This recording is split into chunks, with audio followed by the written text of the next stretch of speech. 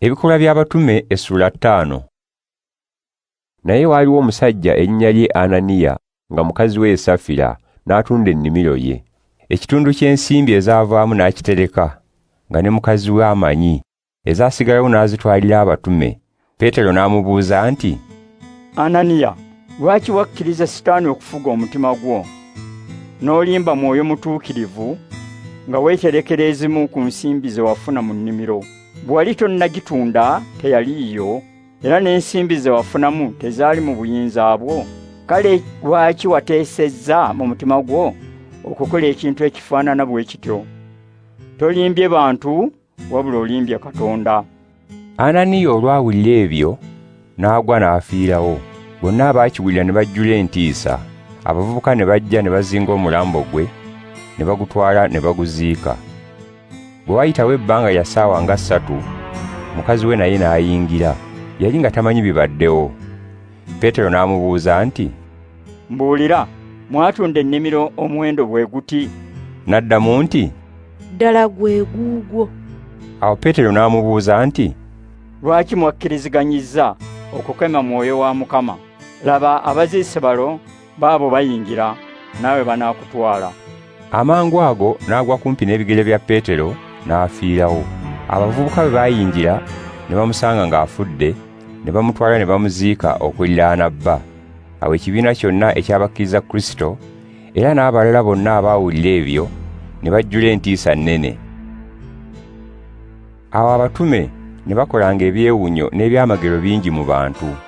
Abakkiriza bonna nga bali bumu baakuŋŋaaniranga ku kifugi kya Solomooni. Newankubadde abantu abalala baabasangamu nnyo ekitiibwa, naye nga tewali aguma kubeetabikamu. Kyokka omuwendo gw'abasajja n'abakazi abakkiriza Mukama ne gugenda nga gweyongera. N'okuleeta ne baleetanga abalwadde baabwe ne babagalamiza ku bitanda ne ku mikeeka ku kkubo. Peetero ng'ayitawo waakiri ekisiikirize kye kituuke ku bamu. Era abantu bangi ab'omu bibuga ebiriraanye Yerusaalemu ne beesomba nga baleeta abalwadde n'abateganyizibwa emyoyo emibi, bonna ne bawonyezebwa. Awo Ssaabakabona ne bonna abaali naye ab'ekibiina ky'Abasaddukaayo ne bajjula obujja, ne bakwata abatume ne babateeka mu kkomera lya bonna. Naye ekiro malayika wa Mukama n'aggulawo enzigi z'ekkomera, n'abafulumya ebweru, n'abagamba nti, Mugende muyingire mu ssinzizo, mutegeeze abantu ebigambo byonna eby'obulamu buno obujja. Bwe baawulira ebigambo ebyo ne bakeera mu matulutulu, ne bayingira mu ssinzizo ne bayigiriza. Awo Ssaabakabona n'abaali naye ne bajja ne bayita olukiiko wamu n'abantu bonna abakulu mu ggwanga lya Isirayiri, ne batumya mu kkomera okuleeta abatume. Naye abaatumibwa mu kkomera ne batabasangamu. Ne baddayo ne babategeeza nti, Ekkomera tusanze lisibiddwa bulungi, n'abakuumi nga bayimiridde ku nzigi, naye bwe tuliggudde tetusanzeemu muntu n'omu. Awo bakabona abakulu n'omukulu w'abakuumi b'essinzizo bwe baawulira ebyo ne basoberwa. Ne wabaawo eyajja n'abategeeza nti, Abasajja be mwaggalidde mu kkomera baabali bali mu ssinzizo bayigiriza. Awo omukulu w'abakuumi n'agenda ne basajja be ne baleeta mpolampola abatume, kubanga baatya abantu okubakuba amayinja. Bwe baabaleeta ne babayimiriza mu maaso g'olukiiko. Ssaabakabona n'abagamba nti, Twabalagira obutayigirizanga mu linnya lya Yesu, naye kati mujjusizza Yerusaalemu okuyigiriza kwammwe, ne mwagala okututeekako omusango gw'okutta omuntu oyo. Kyokka Peetero n'abatume abalala ne baddamu nti, Tuteekwa okuwulira Katonda okusinga okuwulira abantu. Katonda wa bajjajjaffe yazuukiza Yesu gwe mwatta mmwe, bwe mwamukomerera ku musaalaba.